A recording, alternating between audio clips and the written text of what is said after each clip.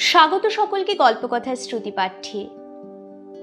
আমাদের চ্যানেলের তরফ থেকে চ্যানেলের সদস্য সহ চ্যানেলের সমস্ত শ্রোতাদের জানাই শুভ নববর্ষের অনেক অনেক প্রীতি ও শুভেচ্ছা।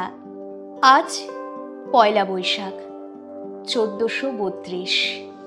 বাংলা নববর্ষের কথা মাথায় রেখে আপনাদের সবাইকে আমাদের তরফ থেকে একটি ছোট্ট উপহার। আমরা তো নিয়মিতভাবে আমাদের চ্যানেলে গল্প, কবিতা, উপন্যাস, প্রবন্ধ আপনাদেরকে শুনিয়ে যাচ্ছি। আপনাদের ভালোবাসা এবং আপনাদের সহযোগিতায় আমরা আপ্লুত এবং মুগ্ধ। তাই আজকের বিশেষ দিনটির কথা মাথায় রেখে আপনাদের জন্য আমার একটি ছোট্ট লেখা, আমার চোখে বাংলা নববর্ষ। বসন্তের আগমনের সঙ্গে সঙ্গেই প্রকৃতি সেজে ওঠে নতুন সাজে। শীতের বার্ধক্যে পাতা ঝরে যাওয়া গাছগুলিতে বেরিয়ে আসা কচি সবুজ পাতা, আম গাছে ভরে ওঠা আমের মুকুল ও পাতার আড়াল থেকে মধুর সুরে ডেকে ওঠা কোকিলের ডাক, সব কিছু মিলেই প্রকৃতি যেন হাতছানি দেয় এক নতুন পৃথিবীকে। আর ঠিক এই সময়ই প্রকৃতির সঙ্গে তাল মিলিয়ে আমরাও প্রস্তুতি নেই পুরাতন বছরকে পেছনে ফেলে নতুন বছরকে বরণ করার জন্য। পুরাতন বছরের ব্যর্থতা, ক্ষোভ, সমস্যা, শত্রুতা সব কিছু দূরে সরিয়ে আমরা নতুন বছরকে বরণ করে আনন্দ উল্লাসে পালন করি শুভ নববর্ষ। হিন্দু বৈদিক পঞ্জিকা অনুসরণ করে বাঙালিরা পয়লা বৈশাখের দিন পালন করে থাকে শুভ নববর্ষ। প্রাচীন বঙ্গদেশে শশাঙ্ক নামে এক রাজা ছিলেন। তার রাজত্ব বিস্তৃত ছিল পশ্চিমবঙ্গ, বাংলাদেশ, অসম, উড়িষ্যা ও বিহারের কিছু অংশ পর্যন্ত। তাঁর সময় থেকেই বঙ্গাব্দ আরম্ভ হয় বলে অনুমান করা হয়।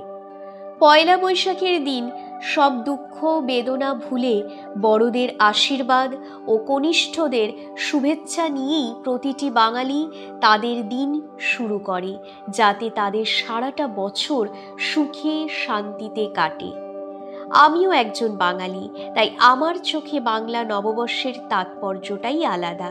যতই আমরা আধুনিক হই না কেন, নতুন বছর ইংরেজি নববর্ষ দিয়ে শুরু হোক না কেন, আমার কাছে নতুন বছর মানেই বাংলা নববর্ষ। কারণ এই সময়ে প্রকৃতিও যেন নবরূপে সজ্জিত হয়। বসন্ত শেষ, গ্রীষ্মের আগমন, আবার একটা নতুন যাত্রা। বসন্তের আমেজ সরে গিয়ে এবার গ্রীষ্মের ক্লান্তি ভরা দিনের মধ্যেই নতুন কাজের উদ্যম, সাথে ঝরে যাওয়া আম্রমুকুল দেখে আম খাওয়ার কথা ভাবা প্রতীক্ষার দিনও শেষ। কালবৈশাখী ঝড় যতই ভয়ানক হোক না কেন, নতুন বছর নতুন আশা নিয়ে আসবেই। পুরনো গ্লানি কালবৈশাখী ধুয়ে মুছে এক নবরূপে পরিচালিত হবে নতুন বছর। পয়লা বৈশাখ দিনটি সবার জন্যই নিয়ে আসে নতুন দিন, নতুন আশা ও নতুন সম্ভাবনা।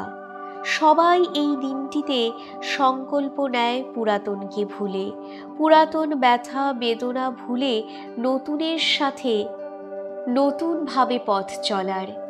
তাই স্বাগত 1432কে এবং স্বাগত বাংলা নববর্ষকে।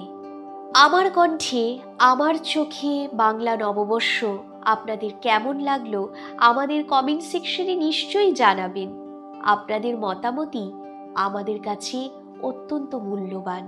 আর আমার এই নিজস্ব লেখার পাঠ যদি আপনাদের ভালো লেগে থাকে তবে অবশ্যই লাইক করবেন এবং প্রচুর প্রচুর শেয়ার করবেন।